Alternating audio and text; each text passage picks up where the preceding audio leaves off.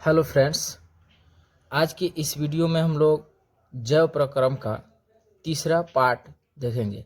दो पार्ट इसके मतलब बन चुका है, जो इस वीडियो के डिस्क्रिप्शन में जिसका लिंक दे दिया गया। ठीक है, इसमें हम लोग को श्वसन के बारे में पढ़ना है। पिछले वीडियो में हम लोग देखे थे पोषण से संबंधित जितने भी क्वेश्चन आंसर थे, थ्योरी नोट्स थे वो, और उसका ऑब्जेक्टिव। इस वीडियो में हम लोग श्वसन से जो नोट्स होंगे उसको देखेंगे, और साथ ही इसका जो ऑब्जेक्टिव होगा, जितने भी इम्पोर्टेंट ऑब्जेक्टिव होंगे उसको क्लियर करेंगे। तो चलिए सबसे पहले हम लोग देखते हैं श्वसन को। देखिए, श्वसन जिसको हम लोग रिस्पायरेशन कहते हैं इंग्लिश में, ये क्या होता है। तो सबसे पहले यहाँ देखिए, एक मैं आपसे समझा दूँ। हम लोग जो समझते हैं श्वसन और सांस लेना दोनों एक होता है, लेकिन दोनों में डिफरेंट है। यहाँ देखिए, श्वसन और सांस लेना दोनों अलग अलग क्रिया, ठीक है ना। तो सबसे पहले श्वसन देखिए क्या होता है। श्वसन शरीर के बाहर से ऑक्सीजन ग्रहण करके कोशिकीय आवश्यकता के अनुसार भोजन के अपघटन से ऊर्जा प्राप्त करना श्वसन कहलाता है। ठीक है, यानी जो ऑक्सीजन लेते हैं उसके उपस्थिति में जो भोजन टूटता है उस क्रिया को हम लोग कहते हैं श्वसन। अर्थात भोजन से ऊर्जा निर्मुक्त होने की प्रक्रिया श्वसन कहलाती है। ऐसे भी कह सकते हैं भोजन का पूर्ण ऑक्सीकरण ही श्वसन कहलाता है। देखिए, श्वसन का एक यहाँ पर इक्वेशन दिखाया गया है, C6H12O6, यानी ये ग्लूकोज है जो यहाँ पे ऑक्सीजन से क्या किया है, संयुक्त होकर, यानी इसके उपस्थिति में टूटता है, कार्बन डाइऑक्साइड H2 और ऊर्जा की प्राप्ति होती है। ठीक है, आगे देखिए, इसके बाद है श्वसन एवं श्वास लेना में अंतर। तो थोड़ा सा आप अंतर समझ ले, श्वसन और सांस लेना एक दूसरे से किस प्रकार से भिन्न है। श्वसन देखिए, यह एक रासायनिक प्रक्रिया है जिसमें भोजन का ऑक्सीकरण होता है, जबकि ऑक्सीजन लेना और CO2 छोड़ना सांस लेना कहलाता है। श्वसन की क्रिया माइटोकॉन्ड्रिया में होती है, जबकि यह सांस लेने की जो क्रिया है ये फेफड़ा में होती है। श्वसन क्रिया में ऊर्जा का निर्माण होता है, जबकि सांस लेने की क्रिया में ऊर्जा का निर्माण नहीं होता है। इसमें सिर्फ और सिर्फ रक्त जो होता है O2 से युक्त हो जाता है और कार्बन डाइऑक्साइड मुक्त हो जाता है। ठीक है, चलिए अब हम लोग देखते हैं श्वसन के प्रकार। ठीक है, तो श्वसन दो प्रकार के होते हैं। एक अवायवीय श्वसन जो वायु की अनुपस्थिति में होता है, और दूसरा वायुवीय श्वसन जो वायु की उपस्थिति में होता है। इनका डिफिनेशन यहाँ दिया गया है। वायुवीय श्वसन, जब श्वसन की क्रिया वायु की अनुपस्थिति में होती है तो उन्हें अवायवीय श्वसन कहते हैं। अवायवीय श्वसन का डिफिनेशन है, इसके फलस्वरूप इथेनॉल बनता है, CO2 बनता है और कुछ ऊर्जा की प्राप्ति होती है। ऐसे श्वसन ईस्ट में होता है, और इसके जो क्रिया होती है उसको हम लोग किण्वन कहते हैं। यहाँ पर देखिए, अवायवीय श्वसन, जब श्वसन की क्रिया ऑक्सीजन की उपस्थिति में होती है तो उससे वायवीय श्वसन कहते हैं। यह क्रिया हमारी माइटोकॉन्ड्रिया में होती है और इसके फलस्वरूप बहुत ज़्यादा ऊर्जा की प्राप्ति होती है। यहाँ पर कुछ जीव दिए गए हैं और उनके श्वसन अंग दिए गए हैं, जिनको आप याद कर लीजिएगा, बहुत ही इंपॉर्टेंट है। ये बार बार एग्जाम में पूछे जाते हैं। जैसे पूछेगा अमीबा में श्वसन अंग कौन है, यानी अमीबा किस अंग से सांस लेता है। ठीक है, तो अमीबा अपना जो कोशिका झिल्ली होता है उसी की सहायता से श्वसन क्रिया करता है। केचुआ त्वचा से श्वसन क्रिया करता है। मछली का जो श्वसन अंग है वो गलफड़ा है, यानी गिल्स है। उसी तरह से जितने कीट होते हैं जैसे टिड्डा, तिलचट्टा, मक्खी, मच्छर, इन सभी में श्वास रंध्र एवं श्वास नली दोनों होता है। ठीक है, उनके जो शरीर होता है ना उसी पर छिद्र होता है जिसको श्वास रंध्र कहते हैं, उसी से अपना सांस लेते हैं। कुत्ता, पक्षी, मानव, छिपकली, इन सभी में फेफड़ा द्वारा श्वसन होता है। जबकि मेढक की बात की जाए तो मेढक में फेफड़ा एवं त्वचा दोनों के द्वारा श्वसन क्रिया होती है। ठीक है, आगे हम लोग देखते हैं पेड़ पौधों में श्वसन। ठीक है, पेड़ पौधों में, उससे पहले पेड़ पौधों में श्वसन से पहले हम लोग देखते हैं मानव श्वसन तंत्र का सचित्र वर्णन। ये इंपॉर्टेंट क्वेश्चन है, 5 नंबर का पूछा जाता है।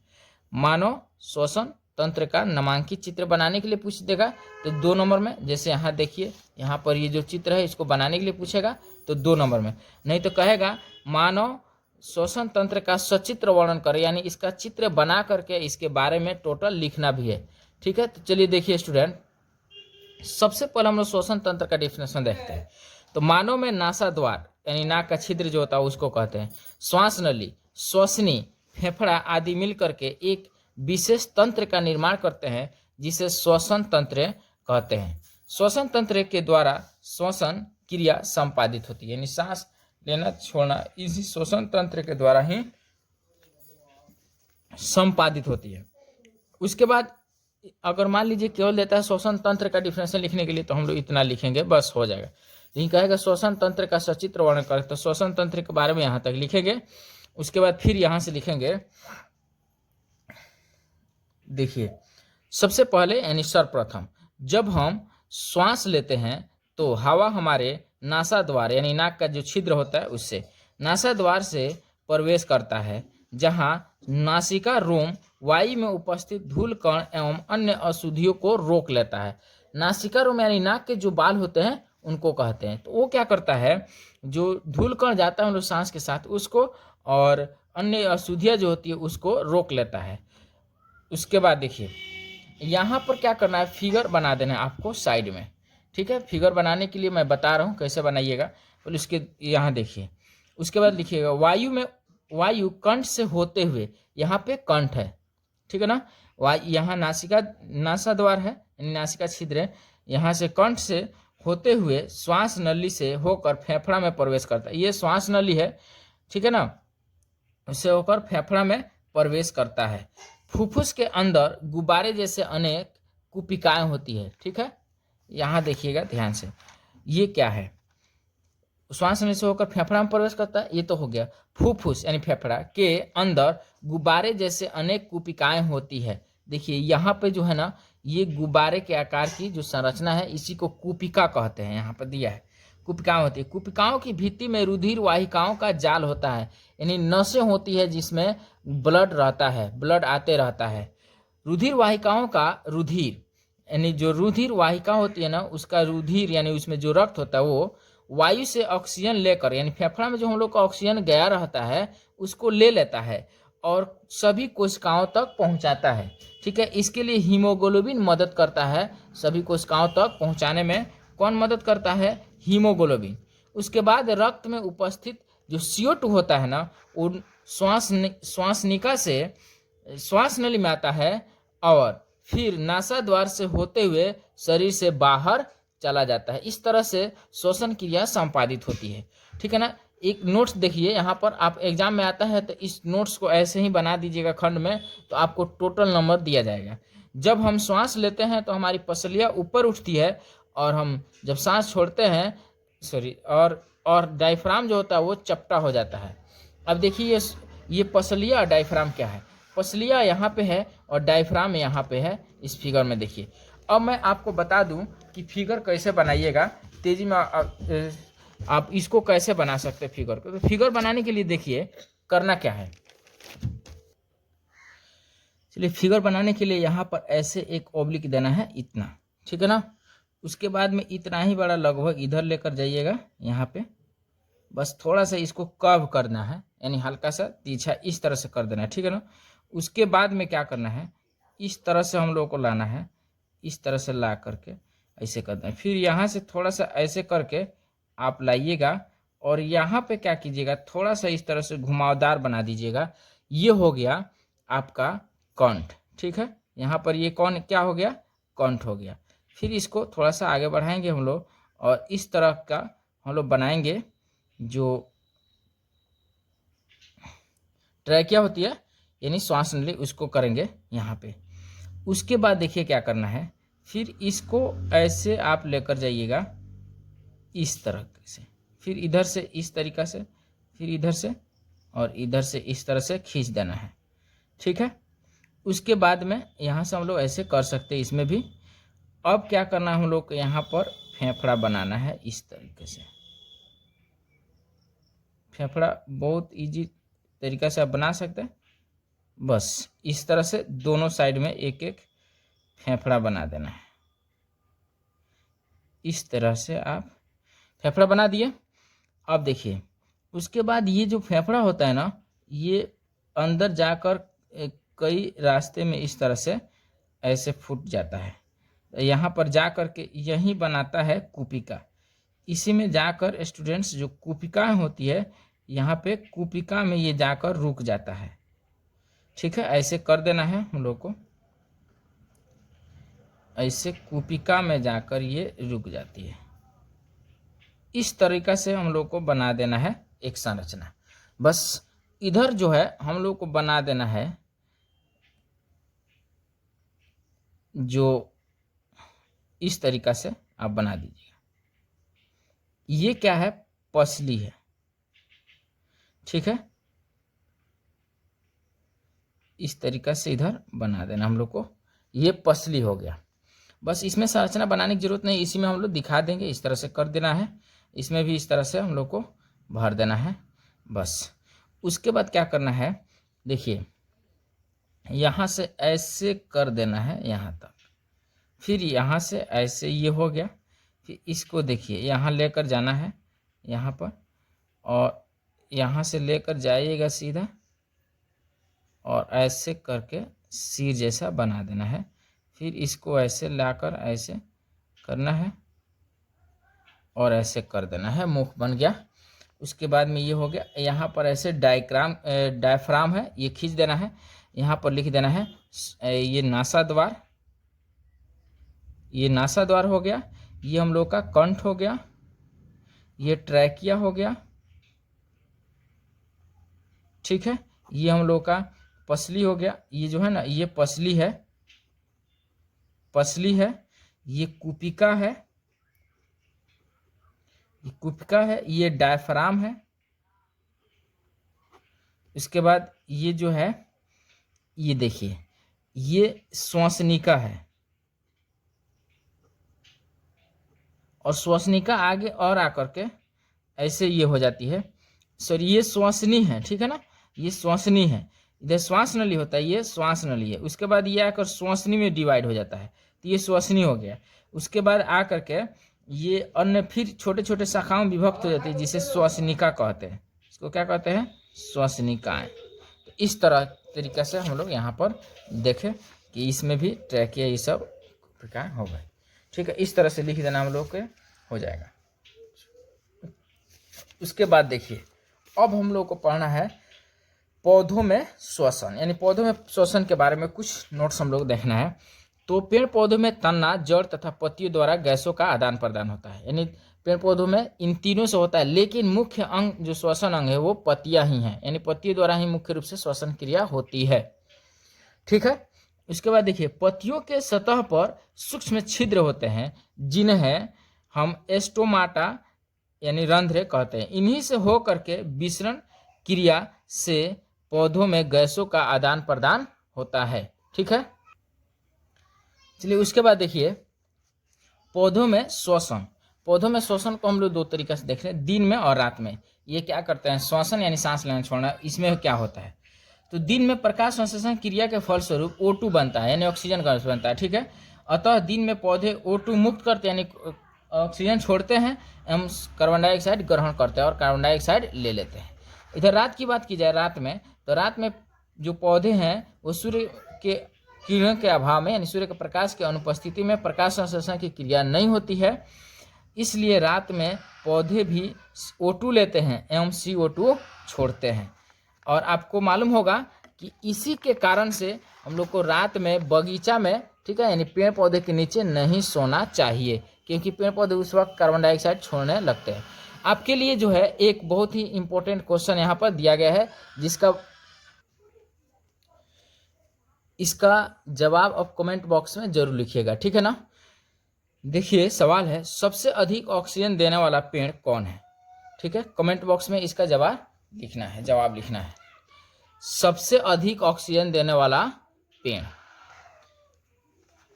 चलिए वीडियो अगर अच्छी लगे तो वीडियो को शेयर कीजिए और अपने दोस्तों को भी बोलिए शेयर करने के लिए, और इसको अपने व्हाट्सएप के स्टेटस पर जरूर लगाइए। आगे हम लोग देखते हैं जो मानव में श्वसन क्रिया होती है उसके कितने टाइप होते हैं, तो देखिए सबसे पहले जो ग्लूकोज होता है कार्बन 6 परमाणु वाला अणु वाला, वो कोशिका द्रव्य में 3 कार्बन अणु वाला में टूट जाता है, यानी वो हो जाता है पायरुवेट बन जाता है। ठीक है, अब देखिए यहाँ से 3 कंडीशन बढ़ जाता है। ऑक्सीजन उसको भरपूर मात्रा में नहीं मिलता है, बिल्कुल नहीं मिलता है, यानी ऑक्सीजन की अनुपस्थिति हो जाती है, तो इथेनॉल और कार्बन डाइऑक्साइड बनता है, कुछ मात्रा में ऊर्जा मुक्त होती है, और ये क्रिया ईस्ट में होती है जिसको हम लोग किण्वन कहते हैं। उसके बाद में O2 का अभाव यानी ऑक्सीजन का अभाव होता है, उस स्थिति में लैक्टिक अम्ल बनता है और ऊर्जा मुक्त होती है थोड़ी सी। ठीक है, इसके ये क्रिया जो होती है पीसी कोशिका में होती है, और इसके चलते पेशियों में हल्का सा दर्द होने लगता है। उसके बाद है O2 की उपस्थिति में यानी ऑक्सीजन जब मिलता है तो कार्बन डाइऑक्साइड बनता है और जल बनता है और ऊर्जा बनता है, जलवाष्प और ऊर्जा। ये क्रिया हम लोग का माइटोकॉन्ड्रिया में होती है। तो इसको आप नोट कीजिएगा, यहाँ से इंपॉर्टेंट सवाल बनते हैं ऑब्जेक्टिव। ठीक है ना, कि ऑक्सीजन की उपस्थिति में जो श्वसन क्रिया होती है कहाँ पर होती है, तो माइटोकॉन्ड्रिया में। ऑक्सीजन का अभाव में तो पेशी कोशिका में, और ऑक्सीजन की अनुपस्थिति में कहाँ होती है, तो ईस्ट में। ऑक्सीजन की अनुपस्थिति में जो श्वसन क्रिया होती है उसके फलस्वरूप क्या बनता है, ऐसा क्वेश्चन बनेगा, तो इथेनॉल और कार्बन डाइऑक्साइड। ऑक्सीजन के अभाव में क्या बनेगा, तो लैक्टिक अम्ल, और ऑक्सीजन की उपस्थिति में क्या बनेगा, तो कार्बन डाइऑक्साइड और जल बनेगा। ठीक है, चलिए उसके बाद है ऑब्जेक्टिव क्वेश्चन है। कुछ इंपॉर्टेंट ऑब्जेक्टिव क्वेश्चन इस चैप्टर से जो बने हैं यहाँ पर बनाया गया है। एक है वायु ऑक्सीजन की अनुपस्थिति में होने, वायु यानी ऑक्सीजन की अनुपस्थिति में होने वाला श्वसन क्या कहलाता है, तो उसको अवायवीय श्वसन कहते हैं। उसके बाद किस प्रकार के श्वसन में अधिक ऊर्जा मुक्त होती है, तो वायवीय श्वसन में अधिक ऊर्जा मुक्त होती है। ठीक है, किसके अपेक्षा, वायवीय श्वसन की अपेक्षा। नेक्स्ट क्वेश्चन है पायरुवेट का ऑक्सीजन में ऑक्सीजन की अनुपस्थिति में इथेनॉल एवं CO2 में परिवर्तन क्या कहलाता है, तो ये किण्वन कहलाता है। अगला क्वेश्चन है जब ऑक्सीजन के अभाव में श्वसन क्रिया होती है तो क्या बनता है, तो ये लैक्टिक अम्ल एवं ऊर्जा बनता है। अगला क्वेश्चन है मच्छर, टिड्डा, तिलचट्टा इत्यादि का श्वसन अंग कौन है, तो इनके शरीर पर जो उपस्थित होता है श्वास रंध्र, वही होता है इनका क्या चीज, श्वसन अंग। आगे देखिए अगला क्वेश्चन है श्वास निकाय फेफड़ा के अंदर गुब्बारे जैसे रचना में अंत हो जाती है। ठीक है ना, उस रचना को क्या कहते हैं, जो श्वास निकाय होती है गुब्बारे के अंदर क्या हो जाती है, ऐसे बन जाती है, गुब्बारे जैसा आ जाती है, अंत हो जाता है, तो इसको क्या कहते हैं, तो कूपिका कहते हैं इसको। देखिए कूपिका कहते हैं। उसके बाद रात में पेड़ पौधे कौन गैस मुक्त करते हैं, तो रात में पेड़ पौधे भी CO2 ही मुक्त करते हैं। ठीक है ना। अगला क्वेश्चन है कौन सा गैस चूने के पानी को दूधिया कर देता है, तो कार्बन डाइऑक्साइड। नेक्स्ट क्वेश्चन है कार्बन 6 अणु वाले ग्लूकोज 3 कार्बन वाले अणु में विभक्त होते हैं, यह प्रक्रम कहाँ होता है, तो ये कोशिका द्रव्य में होता है। इंपॉर्टेंट क्वेश्चन है। अगला है कोशिकीय श्वसन द्वारा मोचित ऊर्जा किस अणु के संश्लेषण में प्रयुक्त हो जाती है, तो ATP के, यानी ATP बनाने में उसका यूज हो जाता है, जो यह कोशिका के अन्य क्रिया के लिए ईंधन है, यानी कोशिका का अन्य क्रियाओं के लिए ईंधन का कार्य करता है। कौन, ATP। आगे देखिए अधिकांश कोशिकीय प्रक्रमों के लिए ऊर्जा मुद्रा कौन है, तो ये भी ATP है। ATP के खंडित यानी विघटित होने से कितना ऊर्जा मुक्त होता है, तो 30.5 यानी 30.5 किलो जूल प्रति मोल।